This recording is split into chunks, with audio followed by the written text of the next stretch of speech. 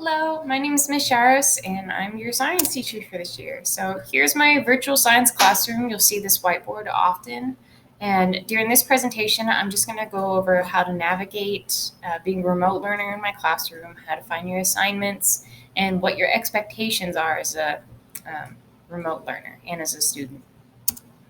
So here's an overview of this presentation. First, we're going to start off with the live meeting expectations. So when we're on Microsoft Teams and we're seeing each other's face and we're talking in real time, then we're talking about attendance expectations. Those are very important, so please pay attention during that part. Grading expectations, and then finally, communication expectations.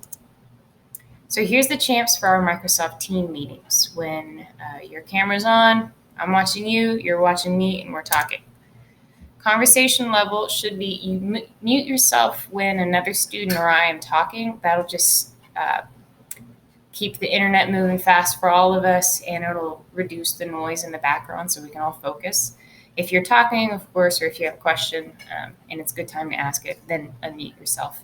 And then if you have a question while I'm talking during a lecture, you can always type your question in the chat, and then I can address it as soon as possible. If you need help, again, enter your question in the chat or email or send a private Google Classroom comment with your question. Action, discuss. We're here in this Microsoft Team meeting to discuss lessons and ask for clarification, and we need to focus on science content. So we can talk about the game or something for 30 seconds, but then we need to really get to business and talk about our science work. For the M and champs, do your best to find a quiet place. Try to get all the pets out of the room. If you have younger siblings that like to make a lot of noise, give them something fun to do in the other room. Get comfortable. Make sure your background doesn't have anything weird or incriminating in the back. Don't leave your secret journal open so we can read it. Just be mindful of what's in the back and limit your distractions. So your phone should also be in the other room. Treat it like that little annoying pet that needs to be gone. Okay, have your camera on and have your face visible. I need to know that you're actually paying attention and you didn't walk out of the room and make a sandwich. So keep your camera on. Even if it shows the top of your head, usually it'll be all right, as long as they know you're not on your phone and I can't see your phone glare on your forehead. Wear school appropriate attire. You can be in your bedroom. It's fine to be in your bedroom, but don't be in bed under the covers. Please be at your desk. I don't care if your room isn't perfectly clean. Just make sure it's nothing weird in the background again. And then criteria for success is you're successful at remote learning. You understand what is expected of you. You're engaged in the lesson. You're respectful for me and your other peers. And then you achieve your learning target, which is what you should have learned that day. Our learning target for today is what is expected of us as a remote learner. I will host these meetings every Monday and Wednesday. That's every week from 5:09 to 5:35 in the morning. I'll post the link that you can find on Google Classroom at 9 a.m. and I'll hop on at 9:05 and we'll start answering questions. If you're busy or something happened and you're late and you end up showing up at 9:20, that's okay. Just come ready to listen, ready to learn, and ready to ask your questions. Okay, so Microsoft Team meetings are not required. If you never show up, it's not going to hurt your grade as long as you submit your work and you're really understanding what's expected of you. So not required, but highly recommended, and here's why. So first, they can count for your daily attendance. So every single day, Monday through Friday, I need to know that you logged on and you did something related to my class. If on Monday you come to my Microsoft Team meeting and you pay super close attention, you're talking to me, I can understand that you are understanding what we're learning about that day, then I can mark you as present for that day. But you have to log on and do something science related and show valuable effort every single day. Also, another benefit of these meetings is the more you're engaged with the conversation, the more confident you'll feel with what we're learning in your learning target. So it's kind of like practice makes perfect. Okay. Third, I can help you make sure that you're on track and golden for the week. So if you're not sure that you submitted everything or you're kind of feeling overwhelmed, I can help you iron those details out. And then finally, if you have any questions, I'm there to answer them. That's why those meetings are there. They're there for me to kind of tutor and show you easy way around difficult content, but they're also there for me to just be available for you to ask any question. Don't ask me a complicated math question because I probably can't help. Let's try to stick to science, but you understand. Okay, attendance policy, very important. I didn't make these rules up. I think they're good rules. They'll make sure that students don't just wait till Friday to do all their work and you're learning every day. But you must submit your daily assignment or have a meaningful content conversation with me every day of the week. Every day. Late submissions can count for course credit. So if you turn in Monday's work on Wednesday and it's really well done, I can give you 100 for it, but you're still absent on Monday. I can't make up attendance. This will help with students that think, I'm not going to do any science till the very end of the 6 weeks. Then I'm going to knock it all out in 3 days. Who cares? What kind of grading nightmare would that be for me? It'd be horrible. Plus, you can't condense a month's worth of learning in 3 days. You're not going to really learn it. You need to practice it. It needs to kind of sit in your mind for a long time, and you need to be able to come and practice it with me. Okay, so your attendance window. Every attendance window has 24 hours. So if you want to log on and do your science work at 11 p.m. at night every night, that's perfectly fine. You can be you can be in attendance doing that. But the window will start from 12:01 a.m., the beginning of that day. So right after midnight, we come into a new clock day, and then all the way to 11:59 p.m.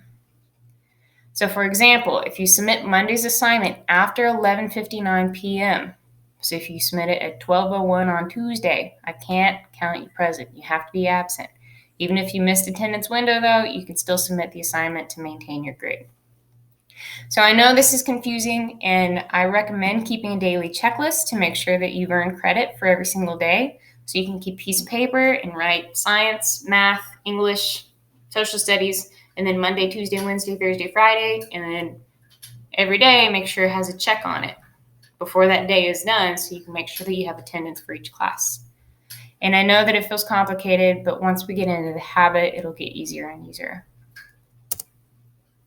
Grading expectations. Late work will be accepted. I will accept late work, and you can still make a good grade doing that, but I'm not going to accept it after 2 weeks. So if you missed Monday's assignment, you're like, well, I didn't get attendance for it. I'm just not going to do it for till the end of the 6 weeks.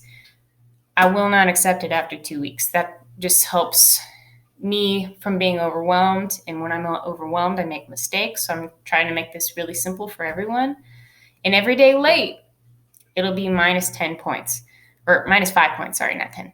So if you submit Monday's assignment on Wednesday and it's perfectly done, it should be a 100. I still have to take 5 points off per day, so it'll be a 90. But again, if you submit that work 3 weeks late, you get no credit for it. It's just going to be a 0. You're going to have to make it up doing a completely different assignment. So for more detail about grading in my class, you can find that with the syllabus. You'll go over the syllabus in the lab contract tomorrow, so we're not going to look at that now. And when you submit an assignment late, it's best not to. It's best just to get it out of the way every single day. You'll need to fill out a late submission notice form. This form is found in important information on Google. The reason I need you to fill out this form is I'll be checking every single day and taking grades and taking assignments. And if I'm getting late work, that's kind of it's difficult for me to find late work and give credit unless I have you tell me, hey, I submitted this late, it was due here, please give me credit. So this just helps me organize my work and makes it a lot easier on me and make sure that I give you the credit that you deserve. So communication champs, when in doubt, when you have a question, the first course of action is to review course information on Google Classroom or Week at a Glance. I'll post a weekly overview of everything you need to do in Google Classroom. If you can't find answers there, go to Skyward. That's where you can check your grades. If you cannot find the answer to your question on any of these platforms, the next step is to email me or call me or send a Google Classroom question. So course information, that's going to be right here. Y'all know how to get to Skyward, and then your week at a glance will always be underneath the week of that we're in. So champs for communicating with me. First off, follow the Microsoft Meets champs, and then be aware that online communication can be viewed by your principals at any time. So Mrs. Atmar, Mr. Hobbs, or Mrs. Burks can see what you're asking me. So use appropriate language. Feel free to ask me for help when you can't find the answer, and do not wait until you're stressed. Don't wait till it's a problem. Get it out of the way and ask me when you really need help. Clearly state your comment in your email. Don't just say, I don't know. Try to describe the situation so I can do my best to help you. Contact me via phone number, email, private Google Classroom comment, or Microsoft Teams. When you wait for Monday or Wednesday, you can ask me a question live. My contact information will be in the next slide. Participation, let me make myself smaller. Communicate with appropriate language and just as you're expected to in the classroom. So try to use correct grammar, talk respectfully to me and your peers. Of course, I'm going to talk respectfully to you. And then criteria for success is you feel confident in understanding the content and what's expected of you. And I can tell that you're hitting your learning target every day. I can tell that you're advancing in science, that you feel comfortable, and that we're just knocking it out of the park. So here's my contact information. Again, you can find this and review this presentation going to Google Classroom. I'm excited to meet all of y'all and get to know y'all this year, and it's going to be different. It's going to be very different for me as well, but we'll get through it, and we'll be better people and better students because of it. Okay, bye and have a great day.